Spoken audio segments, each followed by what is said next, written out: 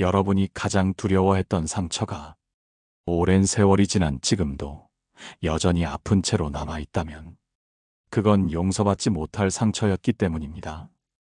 지금 이 순간, 수십 년 전 누군가의 외도로 인해 아직도 마음 한구석이 꺾여 있는 분들이 계십니다. 젊은 시절 남편의 외도를 참고 또 참고 살아내신 분들. 그때는 자식 때문에, 집안 체면 때문에, 여성이라는 이유 하나로 참고 넘어가야 했던 그 일. 그런데 말입니다. 그 일이 지금 다시 가슴속에서 살아나고 있다면 그건 아직 끝난 일이 아니기 때문입니다. 여든을 앞둔 한 여성분이 제게 찾아오셔서 이런 말씀을 하셨어요. 선생님, 남편은 이제 다 늙었고 지금은 집에만 있어요. 예전엔 바람도 피우고 밤에 나가 새벽에 들어왔죠. 그런데 요즘은 안타깝게도 그 사람이 자꾸 아프고 힘들어하니 제가 챙겨야 할 때가 왔나 싶어요. 잠시 멈춘 그녀는 말을 잇습니다. 그런데요, 선생님. 제가 왜 그걸 못하겠는지 아세요? 왜 마음이 안 움직이는지. 그 이유는 그때 받은 상처가 아직 내 가슴에 그대로 있기 때문이에요. 그분은 울지 않았습니다. 울지 않았지만 저는 그분의 말 속에서 참 많이 울었습니다. 오늘 이 시간은 바로 이런 분들께 바치는 방송입니다.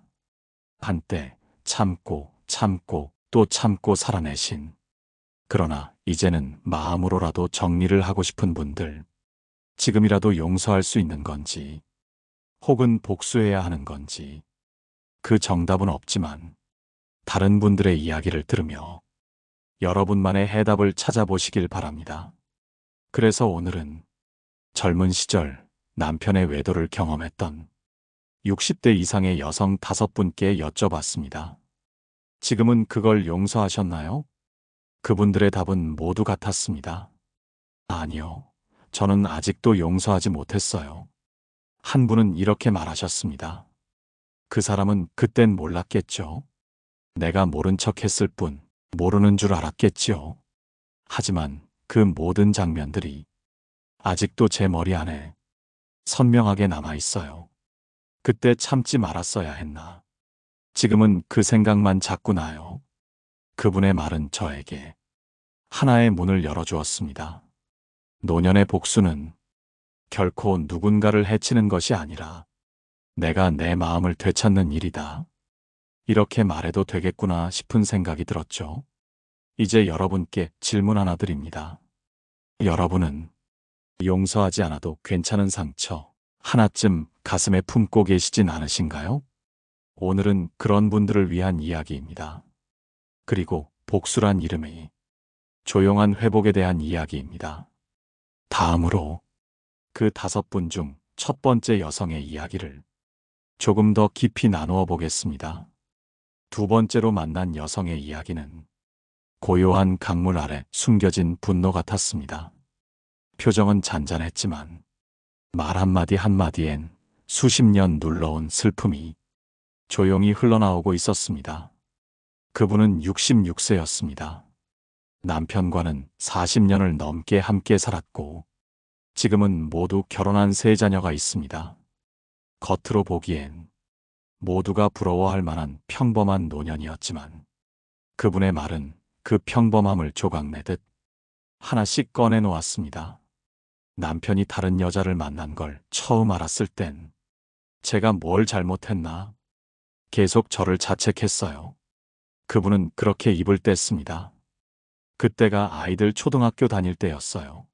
남편이 퇴근이 늦어지고 주말에도 나간다고 하면 전 늘 회사 일이겠지 하고 넘겼죠. 그녀는 스스로 그 시절을 바보 같았다고 말했지만 그건 바보여서가 아니라 그렇게라도 믿고 싶었던 한 사람의 아내로서의 슬픈 충성심이었습니다. 한 번은 우연히 남편의 셔츠 주머니에서 여자 목소리가 녹음된 테이프를 발견했어요. 당시엔 휴대전화도 없던 시절이라 그게 아마 음성편지 같은 거였죠. 그 순간 그녀는 가슴이 철렁 무너졌다고 했습니다. 하지만 그날 밤 그녀는 아무 말도 하지 않았습니다. 왜 말을 안 하셨나요? 제가 조심스럽게 물었더니 그분은 담담하게 웃으며 말했습니다. 말해봤자 달라질 게 없을 것 같았거든요. 남편은 부정할 테고 저는 증거도 없는 채 울며 불며 애원해야 했겠죠. 그래서 그녀는 그저 아무 일도 없던 듯 다음 날 아침 밥상을 차리고 아이들을 학교에 보내고 남편의 출근을 배웅했습니다. 그게 용서였나요? 제가 다시 물었습니다. 그분은 고개를 저었습니다. 아니요, 그건 그냥 내가 참은 거예요. 내가 삼킨 거죠. 용서가 아니라 방치였어요. 그녀는 그 뒤로 수십 년을 그 사실을 묻고 그 마음을 감추며 살았습니다. 그러다 남편이 은퇴하고 집에만 있게 된 요즘 매일 그 사람이 눈앞에 앉아 있는 걸 보며 자꾸 그 시절이 떠오른다고 합니다. 가끔은요, 남편이 아프다고 하면 그게 마음이 아픈 게 아니라 내가 아팠으면 좋겠다는 생각이 들기도 해요. 참 못된 생각이죠? 그녀는 그렇게 웃었습니다. 하지만 그 웃음은 누구보다 긴 고통을 견딘 사람만이 지을 수 있는 웃음이었습니다. 복수하고 싶으세요? 제가 다시 물었을 때 그분은 고개를 살짝 끄덕였습니다. 그런데요, 지금 제 복수는 말도 안 하고 그냥 조용히 모른 척하는 거예요. 예전처럼 밥도 하고 약도 챙겨주고 겉으로는 예전 그대로인데 마음은 닫아버렸어요. 그녀는 말합니다. 이제는 그 사람이 날 사랑하는지 안 하는지도 궁금하지 않아요. 그 사람이 언제 죽을지 그것만 생각해요. 그 말이 너무 아파서 저는 그 순간 아무 말도 할 수 없었습니다. 이런 마음은 용서도 아니고 복수도 아닌 그저 생존입니다. 그녀가 말하는 조용한 무관심. 그건 지금 이 시대를 살아가는 많은 여성들의 선택일지도 모릅니다. 여러분은 어떠신가요? 어떤 상처를 조용히 품고 계신가요? 이번에는 세 번째 여성의 이야기로 조금 더 깊이 들어가 보겠습니다. 세 번째로 만난 여성은 올해로 70세를 맞이한 분이었습니다. 자식들은 모두 출가했고 남편은 퇴직 후 별다른 일 없이 집에서 시간을 보내고 있었습니다. 그녀는 오랜 시간 교회 봉사를 해오신 분이었고 겉으로 보기에는 조용하고 신앙심 깊은 어르신이었지만 그 속에는 놀라울 만큼 단단한 진심이 자리하고 있었습니다. 그녀는 말했습니다. 젊었을 때 남편이 바람을 피운 걸 교회 언니를 통해 알았어요. 저는 직접 본 적도 없고 증거도 없었죠. 하지만 언니가 말하길 남편이 다른 여자의 집에 일주일에 몇 번씩 들락날락한다고 하더군요. 그녀는 그 말을 처음 들었을 때 가슴이 찢어질 것 같았다고 했습니다. 그녀가 남편을 믿고 자녀 셋을 뒷바라지하며 몸이 부서져라 살아오던 시기였습니다. 직접 확인한 것도 아니고 남편에게 따질 자신도 없어 그녀는 조용히 기도만 했습니다. 눈을 감고 두 손을 모아 하나님, 제발 이 사람 돌아오게 해주세요. 아이들을 위해서라도 이 가정을 지키게 해주세요. 그런데 그 기도는 한 해, 두 해 지나 결국 10년 가까이 지속됐습니다. 남편은 끝내 자신의 외도에 대해 한마디 사과도 하지 않았고 자신은 결백하다고만 주장했답니다. 하지만 그녀는 알고 있었습니다. 남편의 시선이 자신을 향하지 않고 늘 어디론가 떠 있는 것을. 그녀가 그런 남편을 왜 떠나지 않았냐고요? 그땐 제게 경제력이 없었어요.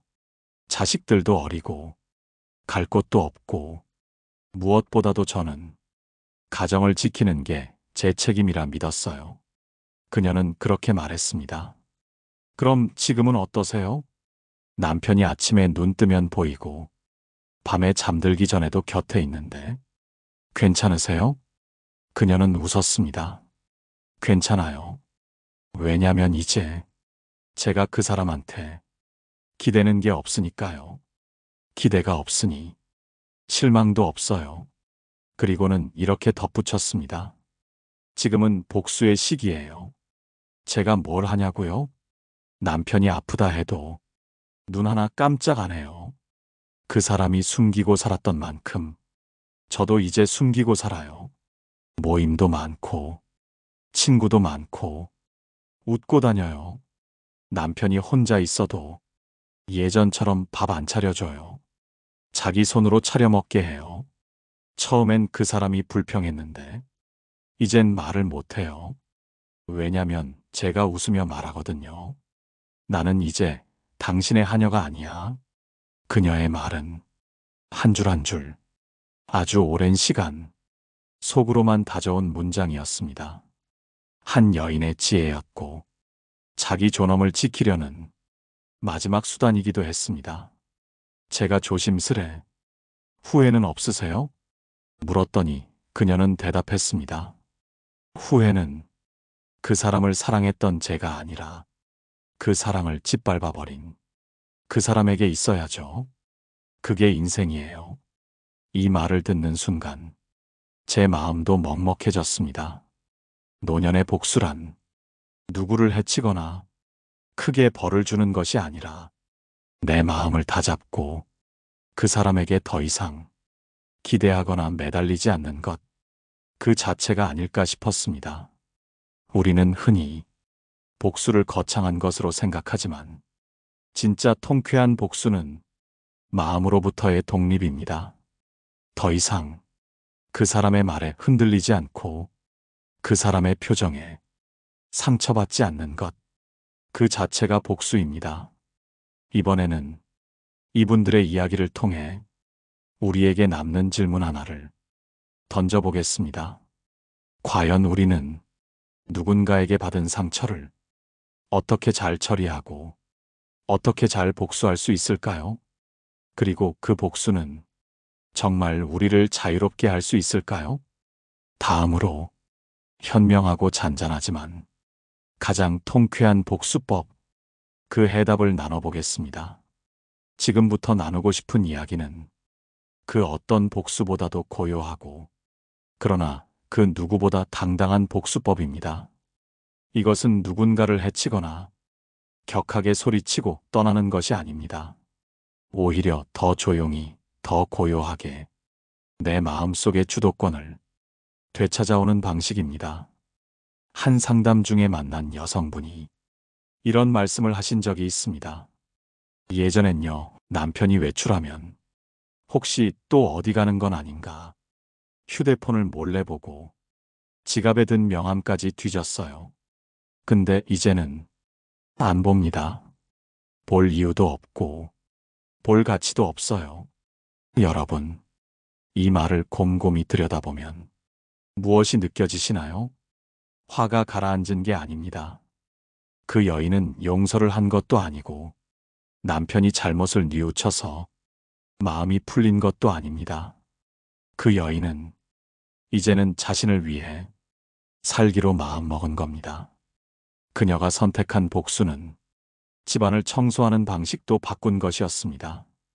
예전엔 남편의 옷을 먼저 다림질하고 남편 먹을 반찬부터 만들었지만 이제는 자기 옷 먼저 정리하고 자기 입맛에 맞는 식단부터 준비합니다.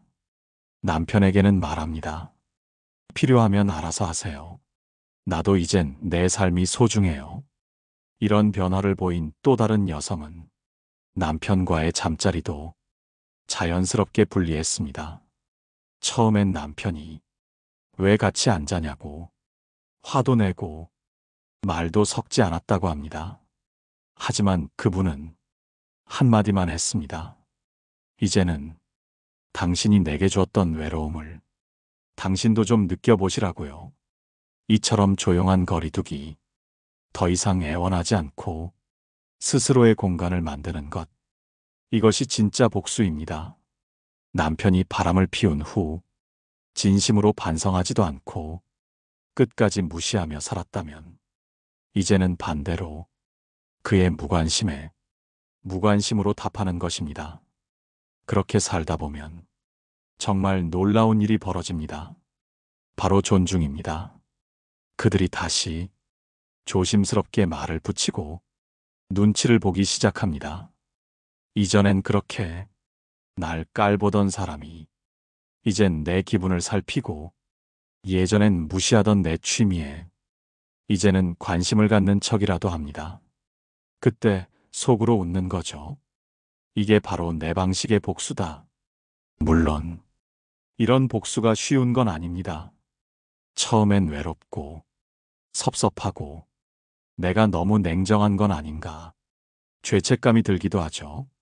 하지만 꼭 기억하셔야 합니다. 그 누구도 여러분의 고통을 대신 겪어주지 않습니다. 여러분이 참는다고 누군가 감동하거나 반성하는 시대는 지났습니다. 그래서 오늘 말씀드리고 싶은 현명한 복수 첫 번째는 내 삶의 우선순위를 바꾸는 것입니다.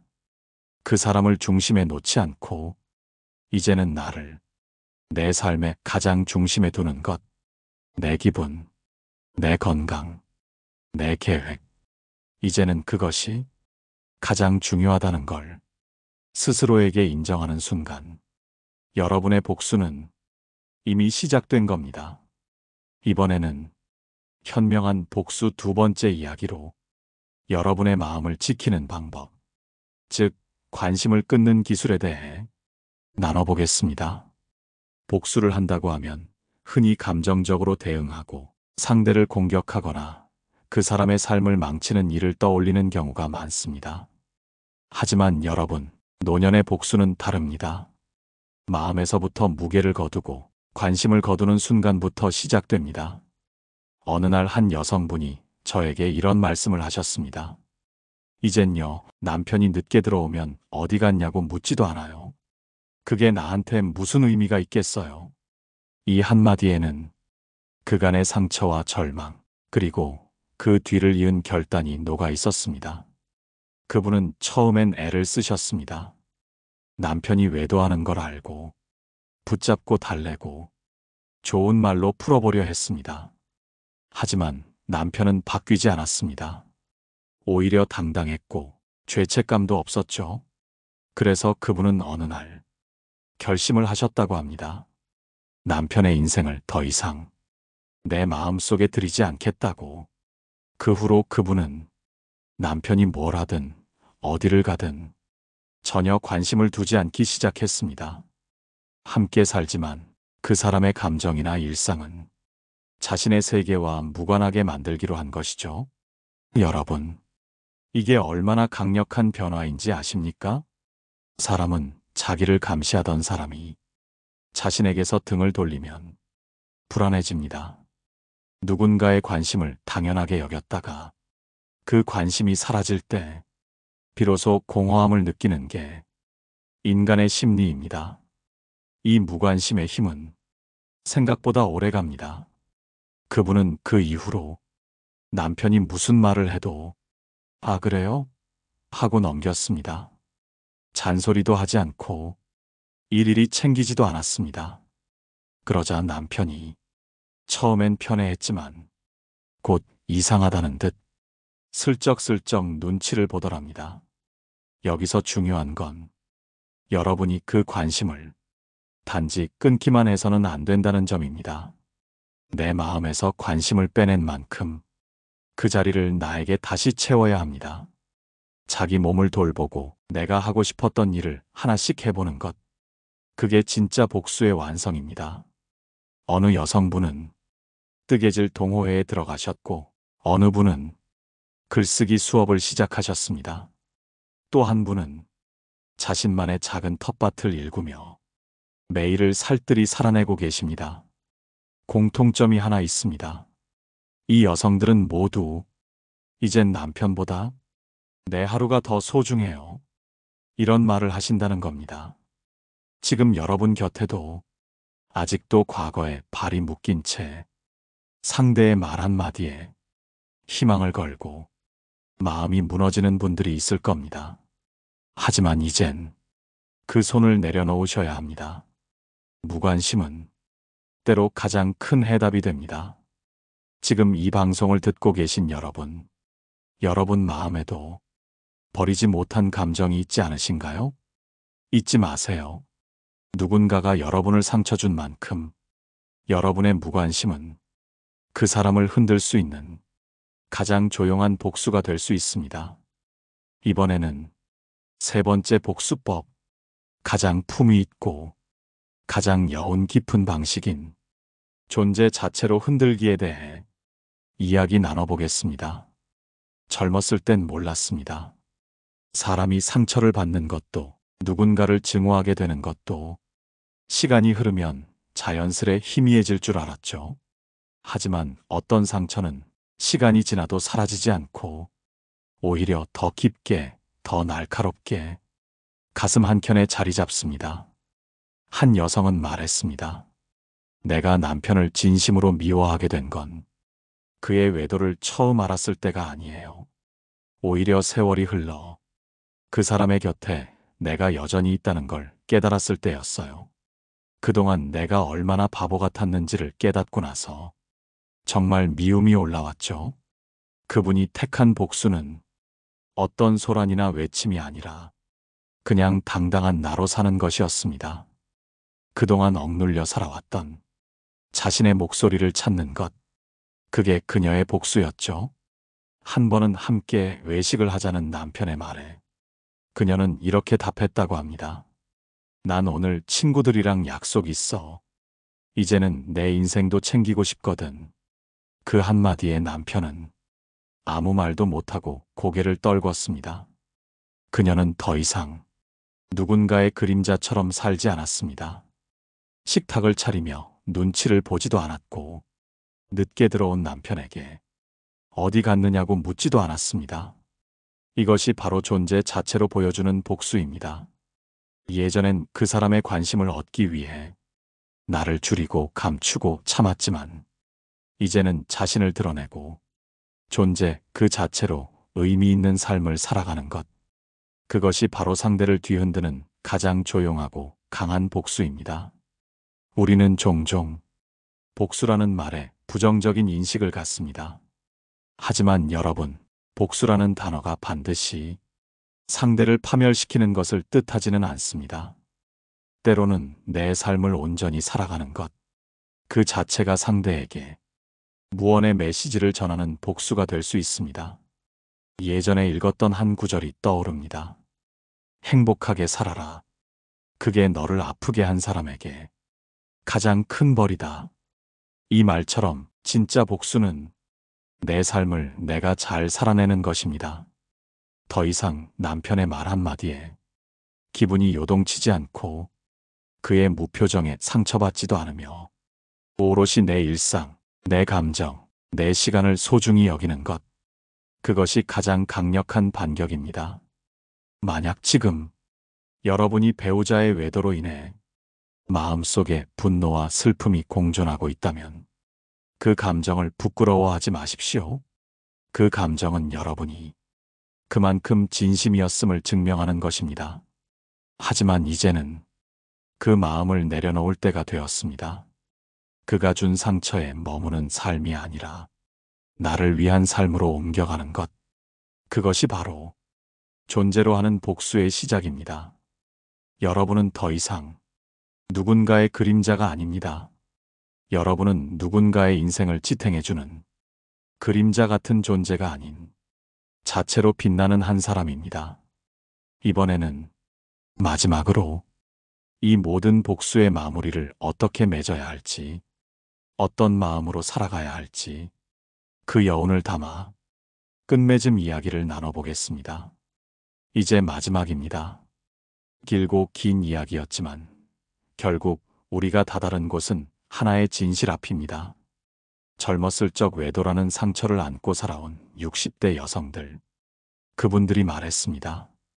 그 사람이 나를 배신한 건 한순간이었지만 나는 그 배신을 평생 안고 살아야 했어요. 그 시간이 나에겐 복수였고 또 회복이었어요. 복수라는 단어는 참 묘합니다. 화를 내고 소리를 지르고 보란 듯이 뭔가를 해야만 복수라고 생각하기 쉽지만 진짜 복수는 조용한 겁니다. 무시하면서도 흔들리지 않는 단단한 자존. 그게 복수입니다. 많은 분들이 물으십니다. 저도 그렇게 살 수 있을까요? 저는 감히 이렇게 말씀드립니다. 살 수 있습니다. 왜냐하면 지금 이 방송을 들으며 여러분이 스스로를 위해 무언가를 해보겠다고 다짐하고 있기 때문입니다. 지금의 이 순간 여러분이 스스로를 돌아보고 있다는 것만으로도 그 복수는 이미 시작된 겁니다. 이런 이야기가 있습니다. 어느 시골 할머니께서 젊은 날 남편의 외도를 알고도 이혼하지 않으셨습니다. 그러면서도 평생을 조용히 살며 자식들 곁에서 늘 엄마의 자리를 지켜주셨죠. 그러던 어느 날 그 남편이 병석에 누워 아무도 돌볼 리가 없게 되자 그제야 어머니는 처음으로 한마디 하셨다고 합니다. 여보, 나는 이제 내 삶을 살려고 해요. 당신한테 다 줬던 내 인생, 이제는 나를 위해 써야겠어요. 그리고 그날부터 그 어머니는 매일 꽃을 사오고 글을 쓰고 여행을 가고 70이 넘은 나이에 그림을 배우셨다고 해요. 그 어머니의 말은 많은 사람들의 마음에 남았습니다. 사람은 늦게라도 자기 자신을 되찾을 수 있어요. 그게 내가 남편에게 보여준 최고의 복수였어요. 이 말을 듣고 여러분도 무언가 울컥했다면 여러분 안에도 나를 위한 삶을 시작할 용기가 이미 있는 겁니다. 이제는 여러분 차례입니다. 배우자가 여러분을 속였다면 그 사람을 증오하기에 앞서 여러분 스스로에게 나는 이제 어떤 삶을 살고 싶은가 질문을 던져보세요. 그리고 작은 일부터 시작하세요. 혼자 카페에 가기, 읽고 싶었던 책 읽기, 오래된 친구에게 연락하기, 내 감정을 적어보기. 그렇게 하루하루를 살아가다 보면 어느 날 문득 그 사람의 존재가 내 인생에서 아무런 의미도 없는 것이었음을 깨닫게 될 겁니다. 복수는 멀리 있지 않습니다. 여러분이 행복해지는 것이 그들에게는 가장 뼈아픈 대가입니다. 그러니 제발 여러분의 인생을 되찾으세요. 여러분은 이미 충분히 사랑받아야 할 사람이고 자신의 삶을 온전히 누릴 자격이 있습니다. 오늘 이 방송을 듣고 눈물이 맺혔다면 그 눈물은 회한이 아니라 다시 살아보겠다는 다짐입니다. 이제는 그 눈물을 닦고 여러분의 길을 걸어가시기 바랍니다. 방송을 마치며 철학자 쇼펜하우어의 말을 남기고 싶습니다. 용서는 상대에게 주는 것이 아니라 나를 위한 선물이다. 그 용서를 여러분 자신에게 주시길 바랍니다. 그리고 이 방송이 여러분에게 작지만 단단한 위로가 되었기를 바랍니다. 오늘 방송이 마음에 닿았다면 댓글로 여러분의 이야기 들려주세요. 여러분의 진심은 또 다른 누군가에게 용기가 될지도 모릅니다. 좋아요와 구독은 제게도 큰 응원이 됩니다. 다음 시간에도 여러분의 마음 깊은 곳을 다독일 수 있는 이야기로 찾아뵙겠습니다. 지금까지 노인 전문 상담사 노후의 빛이었습니다. 여러분, 반드시 행복해지세요.